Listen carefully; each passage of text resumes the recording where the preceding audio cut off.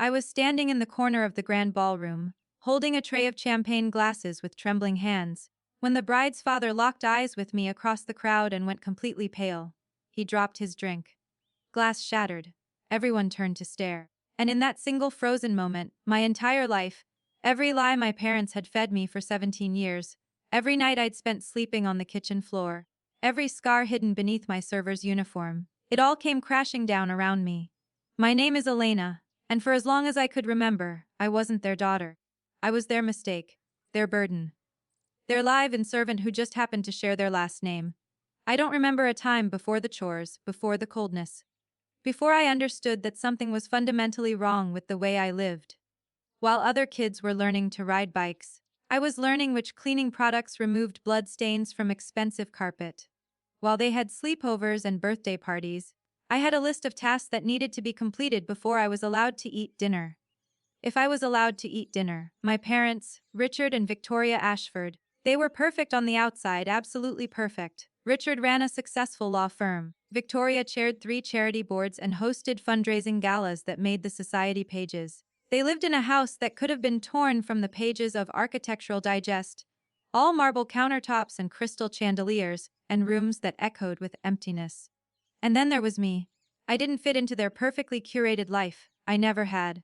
Victoria told me I was difficult from birth, that I'd ruined her body, destroyed her social life, made everything harder. Richard just looked through me most days like I was a particularly an interesting piece of furniture. My older brother Marcus, golden child Marcus with his prep school blazer and easy smile, he learned early that ignoring my existence earned him their approval. So he did. I wore Marcus's hand, me downs even though I was a girl, clothes that hung off my thin frame like rags on a scarecrow. While Marcus had a bedroom that could have housed a small family, with a king-sized bed and his own bathroom, and a TV bigger than most people's windows, I slept in what used to be a storage closet off the kitchen. There was a cot barely long enough for my growing body, a single scratchy blanket, no heat in winter, no air conditioning in summer. The smell of cleaning chemicals was permanently embedded in the walls. My alarm went off at 4:30 every morning. 4:30. While the rest of the house slept in their thread count sheets, I was scrubbing toilets, preparing breakfast, ironing Richard's shirts with hospital corners so crisp they could cut. If there was a wrinkle, any imperfection at all, Victoria would make me go without breakfast.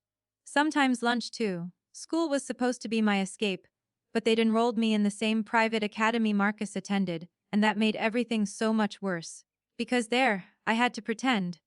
Had to act like everything was normal, like I wasn't subsisting on whatever scraps I could sneak from the kitchen at midnight.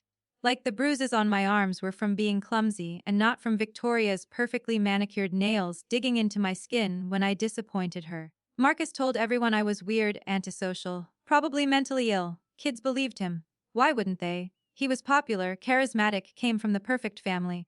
I was the strange, quiet girl who never went to parties, who flinched when people raised their voices, who ate lunch alone in the library, because the cafeteria was too loud, too bright, too full of people whose lives made sense.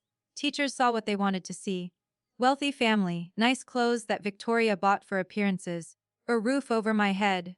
They didn't see me falling asleep in class because I'd been up until 2 a.m. cleaning the kitchen after one of Victoria's dinner parties.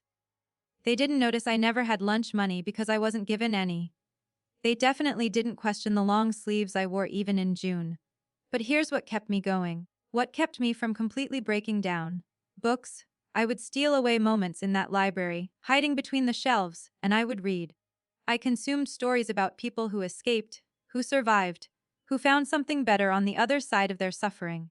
I taught myself about the world beyond the Ashford mansion, about places where daughters were loved and children were wanted and families were supposed to be safe. And I studied. God, I studied like my life depended on it, because maybe it did.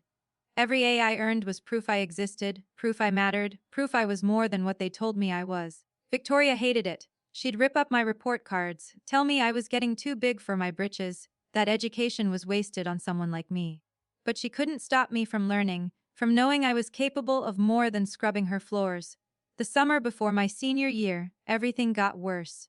Marcus was getting married, 22 years old and marrying Brianna Castellanos, daughter of some tech mogul. And suddenly our house became command central for the wedding of the century.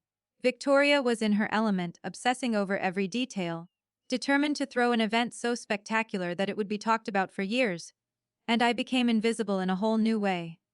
I wasn't just the family servant anymore. I was the catering staff, the florist's assistant, the errand girl, the punching bag when things went wrong, which they did, constantly.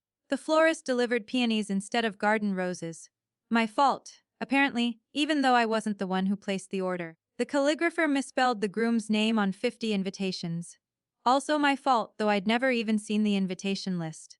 The wedding planner quit 3 weeks before the ceremony after Victoria screamed at her for an hour about the wrong shade of champagne silk. Definitely my fault. According to Victoria's logic, I was sleeping 3 hours a night, running on fumes and stolen crackers, and the desperate hope that once this wedding was over, maybe things would go back to normal. Whatever normal was. 2 days before the wedding, Victoria called me into her dressing room. I remember the way sunlight streamed through her windows, making everything glow golden and warm. It was the kind of light that belonged in a fairy tale, not in whatever nightmare I was living. She was sitting at her vanity, examining her reflection with the critical eye of someone who'd built their entire identity on being flawless. She didn't look at me when she spoke. The wedding coordinator needs extra servers for the reception, she said, her voice flat and businesslike.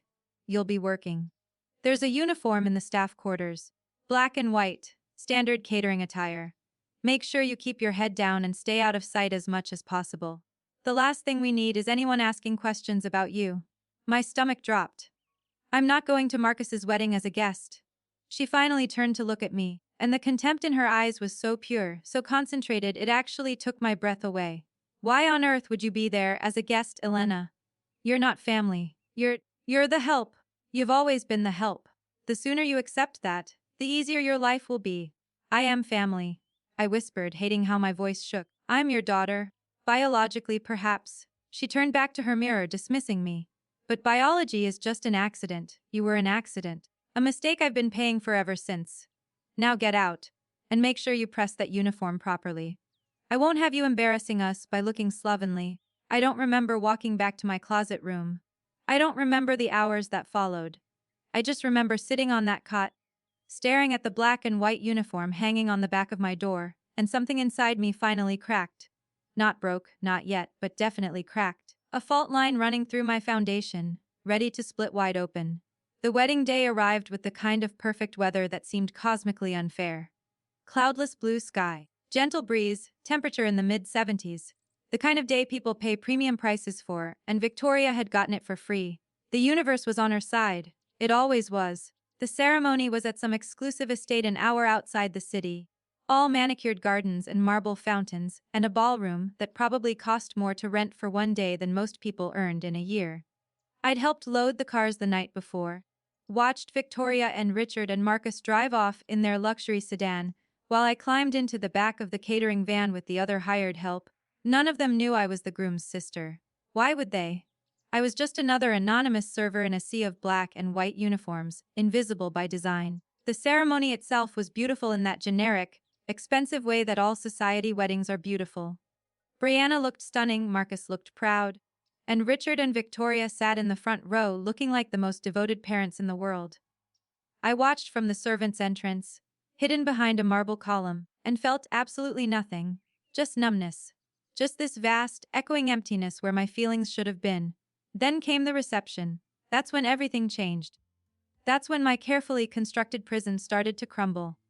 I was assigned to champagne duty, which meant circulating through the crowd with a tray of glasses, refilling drinks, being present but invisible. I'd gotten good at that over the years. Moving through spaces without disturbing the air, making myself small, unthreatening. Forgettable. The ballroom was packed with the kind of people who measure their worth in stock portfolios and property holdings. Men in custom tuxedos that cost more than cars. Women dripping in diamonds that could fund a small nation. Everyone was laughing, networking, performing their roles in this elaborate theater of wealth and status. I was near the dance floor when I saw him. Brianna's father, Antonio Castellanos, tech mogul self-made billionaire, the kind of success story people write books about. He was talking to someone, wine glass in hand, and then he turned and his eyes landed on me, and he froze. Just completely froze, like someone had pressed pause on his entire existence. I didn't understand. I was nobody. Nothing. Just another server in a sea of black and white uniforms. But he was staring at me like he'd seen a ghost, like I'd reached across the room and punched him in the chest. His wine glass slipped from his fingers. The sound of shattering crystal cut through the ambient noise of the reception. Conversation stopped, heads turned. Everyone was suddenly looking at him, and by extension at me. Antonio Castellanos took 3 steps toward me, his face drained of all color. His mouth was moving but no sound was coming out. And then, finally, in a voice that shook with something I couldn't identify, he said, "Isabella." I had no idea who Isabella was. "I'm sorry," I stammered, the champagne tray wobbling in my hands. "I think you have me confused with someone else. My name is Elena." No, he was closer now, close enough that I could see tears gathering in his eyes. "No, it can't be. You look exactly the eyes, the shape of your face. My God, how old are you?" 17. My heart was hammering so hard I could feel it in my throat. "Sir, I really think there's been a mistake." Victoria appeared out of nowhere, her society smile plastered on her face but her eyes pure venom. "Mr. Castellanos, I'm so sorry about this confusion. Elena, go to the kitchen, now." But Antonio wasn't looking at Victoria. He was staring at me with an intensity that made my skin prickle. "Where did you get her?" His voice had gone very quiet, very dangerous. "This girl. Where did she come from?" "I don't know what you mean." Victoria's smile was slipping. "She's our daughter. She's been with us since birth." "Liar." The word dropped like a bomb into the suddenly silent ballroom. "I know my niece's face. I've been looking at her photograph every single day for 17 years. This girl is the image of my sister. Exactly, precisely, down to that small birthmark near her left temple."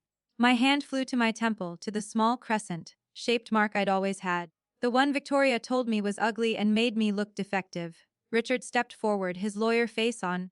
Smooth and reasonable and absolutely terrifying if you knew what to look for. "Mr. Castellanos, I understand you're upset. But you're making a scene at my son's wedding. Whatever you think you see." "I think I see my dead sister's daughter standing in front of me wearing a servant's uniform at a wedding she should be attending as family." Antonio's voice was rising now, carrying across the ballroom. "I think I see the child who was kidnapped from the hospital 17 years ago. The child we've been searching for. The child who was supposed to be dead." The room erupted. Gasps, whispers, the sound of chairs scraping as people stood for a better view. Marcus and Brianna were frozen at the head table. The perfect wedding turning into a scandal in real time. And I just stood there, champagne tray in hand, as my entire reality shattered around me like that wine glass hitting marble. "Elena."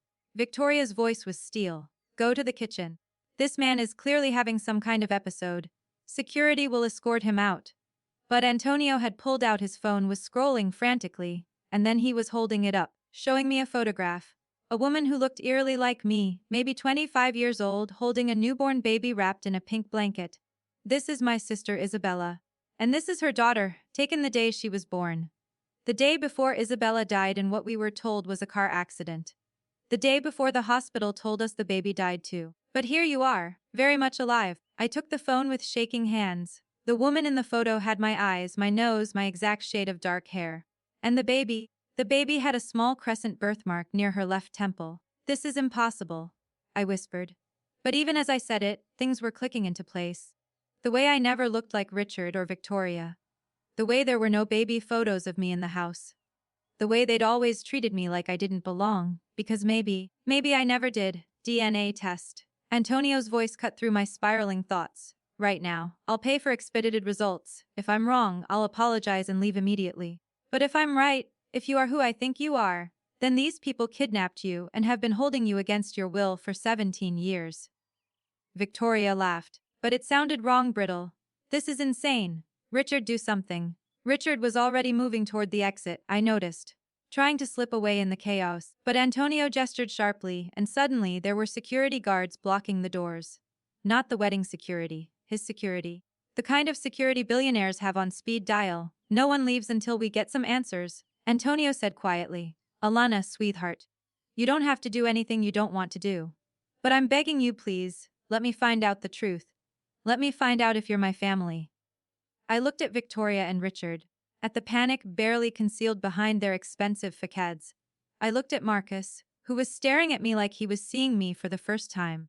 I looked at all the wedding guests, witnessing the destruction of the Ashford family's perfect image. And I thought about all those years sleeping on a cot in a closet. All those meals I'd missed for imperfect shirt creases. All those times Victoria told me I was nothing. Nobody, a mistake that never should have happened. Yes, I heard myself say. Yes, I want to know the truth. The DNA test took less than an hour with the kind of resources Antonio Castellanos could mobilize. We went to a private medical facility he owned, surrounded by lawyers and witnesses and enough security to protect a small country. Victoria and Richard were detained by actual police by this point, not just private security. Apparently making a scene at a billionaire's daughter's wedding gets law enforcement involved pretty quickly. I sat in a sterile room, a medical technician swabbing the inside of my cheek, and tried to process what was happening. Antonio sat across from me, this stranger who looked at me with such desperate hope it made my chest ache. Tell me about Isabella, I said quietly. Tell me about my mother. If she was my mother. Antonio's eyes filled with tears. She was beautiful, brilliant. She had a master's degree in biochemistry, was working on cancer research. She was going to change the world. He pulled out his phone again, scrolling through photos, and I saw her. Older than in the hospital picture. Laughing at a restaurant, hiking in mountains. Standing in a laboratory with protective gear and a huge smile. She looked like me. She looked exactly like me. She got pregnant young. Antonio continued. The father disappeared before you were born. Our parents were furious, traditional, they wanted her to give you up for adoption. But Isabella refused. She said you were hers. That she would do it alone if she had to. And she was preparing to. She had a nursery set up, had names picked out, had her whole life planned around being your mother. What happened? My voice cracked. She went into labor early. Drove herself to the hospital because I was out of town and she didn't want to wait for an ambulance. That was so like her, independent to a fault. He wiped his eyes. The hospital called me 16 hours later. They said there'd been complications. That Isabella had died from hemorrhaging. That the baby, that you, had died too. They said it was quick, that neither of you suffered. But I didn't die. No, you didn't. His jaw clenched. We buried empty caskets, Elena. We mourned two people who, at least in your case, were very much alive. Someone at that hospital falsified death certificates. Someone handed you over to the Ashfords. And someone covered it all up for 17 years. The truth was so massive, so overwhelming, I couldn't quite fit it into my brain. Why would they do that? I've been researching the Ashfords while we waited for the test results. Antonio pulled out an iPad, showed me documents, articles.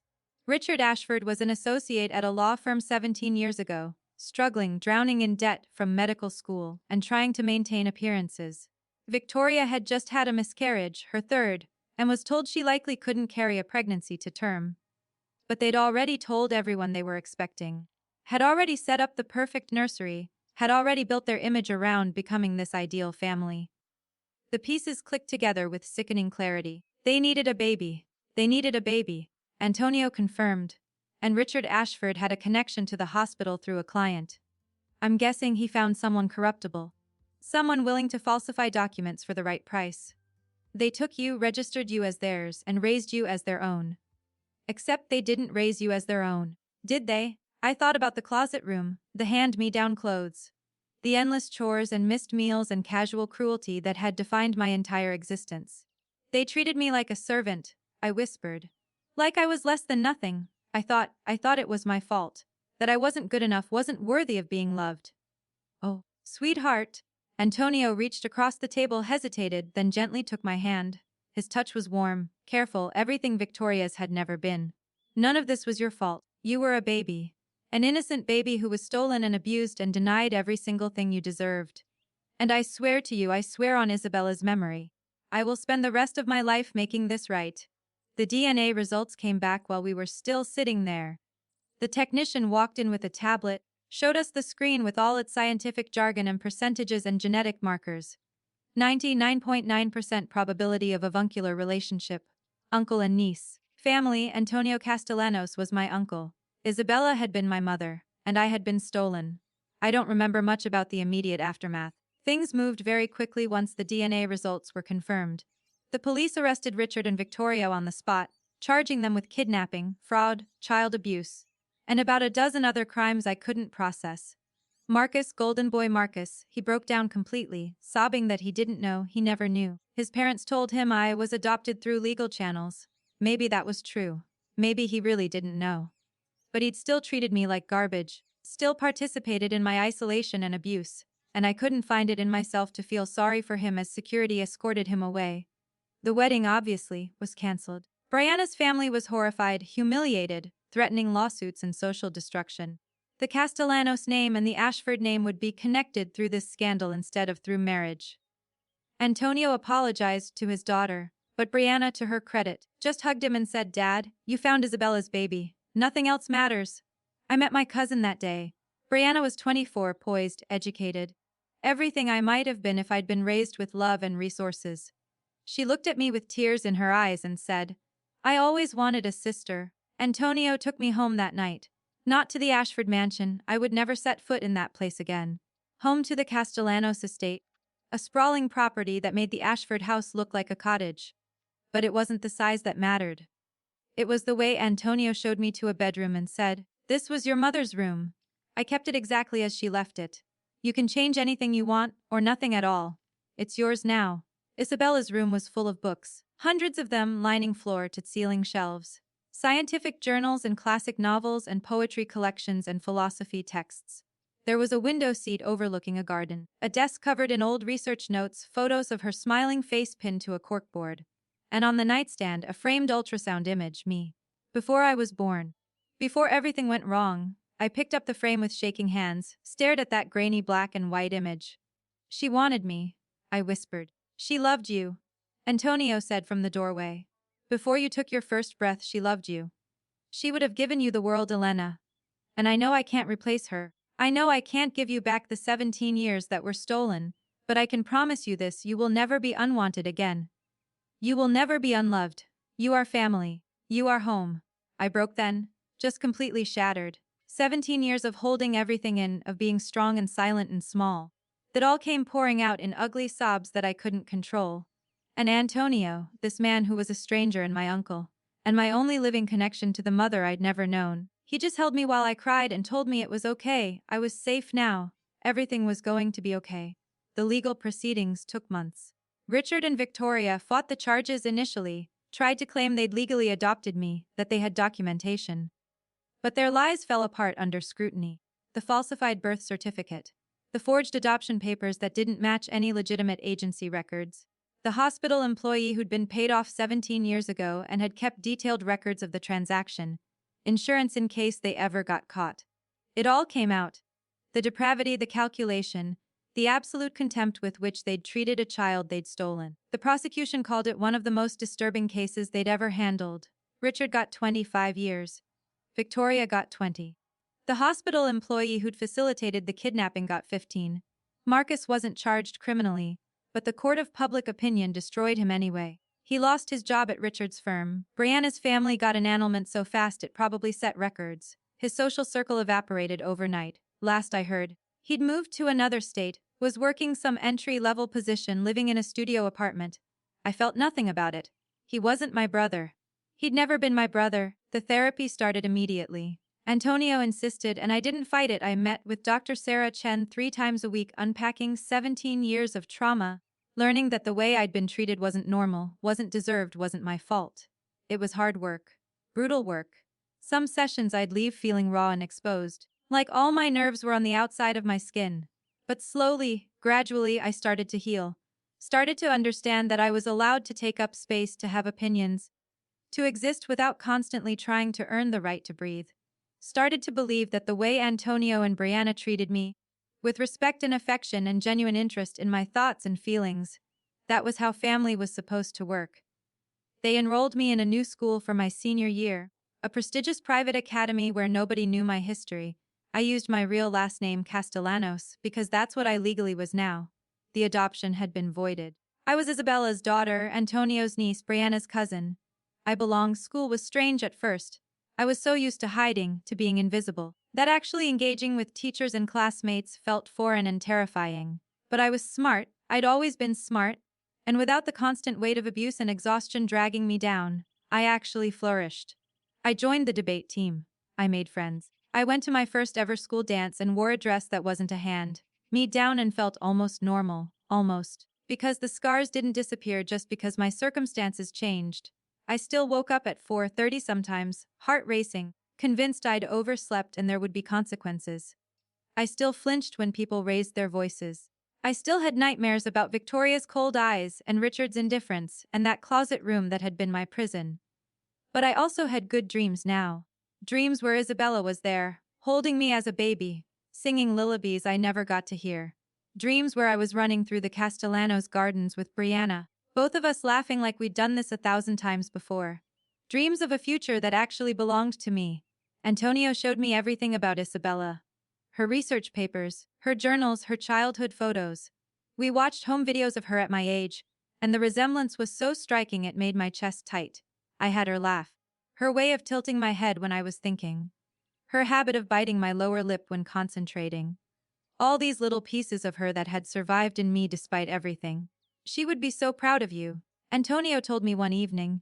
We were in his study looking through photo albums from Isabella's college years. Proud of your strength, your intelligence, your resilience. You survived something that should have broken you, and you came out the other side still caring, still capable of kindness. That's extraordinary, Elena. I don't feel extraordinary, I admitted. I feel broken most of the time. Like there are pieces of me that will never fit back together quite right. That's okay, he said gently. Healing isn't about going back to who you were before. It's about becoming someone new, someone who carries their scars but isn't defined by them. You're allowed to be a work in progress. I thought about that a lot in the months that followed. About being a work in progress. About the fact that recovery wasn't linear. That there would be good days and days where I wasn't sure which category applied. About the fact that I could be grateful for my new life while still grieving everything I'd lost. All the years I'd never get back. Graduation came in the spring. I gave the valedictorian speech because apparently when you're not being systematically starved and abused, you can actually focus on academics. I talked about resilience and identity and the difference between the family you're born into and the family you choose.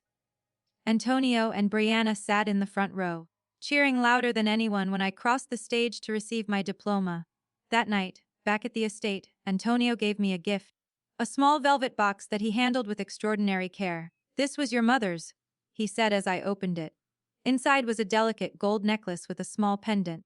A tiny book with pages that actually turned, each one inscribed with a single word. Hope, strength, love, dream, survive, thrive. She wore this every day, Antonio explained. Said it reminded her of who she wanted to be, what she wanted to build her life around. I want you to have it, Alina. Because you embody every single one of these words.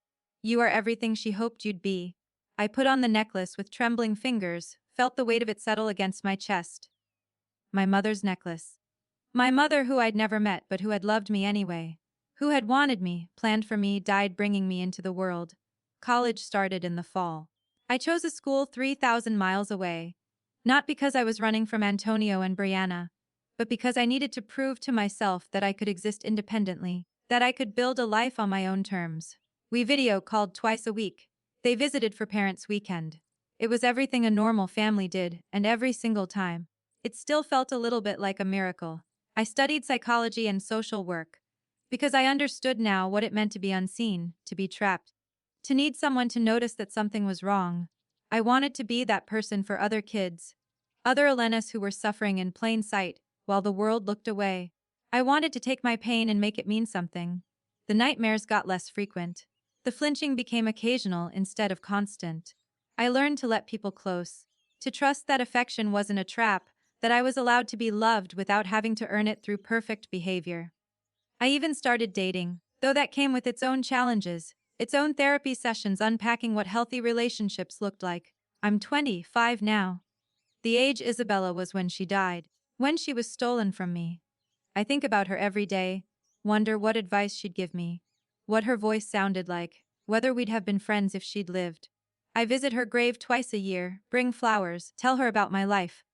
Sometimes I swear I can feel her there, proud and present and still somehow watching over me. The Ashfords are in prison still, will be for years to come. I don't visit, don't write, don't waste my energy on people who saw me as property instead of a person. Sometimes people ask if I've forgiven them, and I tell them the truth, I don't think about them enough to forgive them. They're irrelevant to my life now. They don't get to occupy space in my healing. I work at a youth advocacy center now, helping kids who've aged out of foster care, who've escaped abusive homes, who are trying to build lives from nothing. I see myself in every single one of them. the worriness, the resilience, the desperate hope that maybe things can be different. And I get to be part of making things different. I get to be the person who sees them, who believes them, who fights for them. Antonio is talking about retirement, wants to spend more time with family.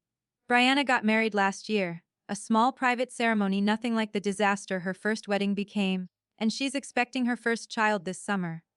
My cousin, the next generation of Castellanos, a baby who will grow up loved and wanted and safe, the way I should have been. I'm writing a book about my experience. Not for fame or attention, but because I know there are other kids out there living in closets, wearing hand-me-downs, believing the lies their abusers tell them about their worth. I want them to know they're not alone. I want them to know that escape is possible, that healing is possible, that the story doesn't have to end in that dark room.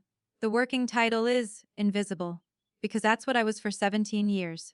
A ghost in my own life, unseen and unheard and utterly alone. But I'm visible now, I'm seen, I matter. And no one can ever take that away from me again. Sometimes I stand in front of the mirror and look for Isabella in my reflection. She's there in my eyes, my smile, the determined set of my jaw. She's there in the way I refuse to give up, refuse to let my trauma define me, refuse to be anything less than wholly, completely, magnificently myself. I think about that moment at Marcus's wedding, the champagne tray in my hands, the shattering glass, Antonio's face going pale with recognition. How my entire world changed in a single instant. How one person paying attention, one person looking past the uniform and seeing the person underneath, saved my life. That's what I try to do now. Pay attention. See the invisible ones. Notice when something's wrong. Because if Antonio hadn't recognized Isabella in my face, if he hadn't pushed for answers, if he'd just let it go and enjoyed the wedding, I'd still be sleeping in that closet. Still being told I was worthless. Still believing I was the mistake Victoria always said I was. But he did see me, and everything changed. And now I get to wake up every morning in a home that's actually mine, surrounded by people who actually love me, building a life that actually matters. I get to use my pain to help others. I get to be the miracle I needed when I was 17 and invisible and desperate. I get to thrive, and Isabella, wherever she is, I hope she knows. I hope she sees what I've become. What I'm building, all the lives I'm touching because someone touched mine. I hope she knows that her daughter, the baby she died bringing into this world, survived. Not just survived but flourished, turned trauma into purpose and pain into power and became exactly the kind of person worth fighting for. I wear her necklace every day. Hope, strength, love, dream, survive, thrive. I've done all of it. I'm still doing it. And I will keep doing it every single day for the rest of my life. Because I'm not invisible anymore. I'm Alina Castellanos. I'm a survivor. I'm a fighter. I'm seen. And I'm finally home.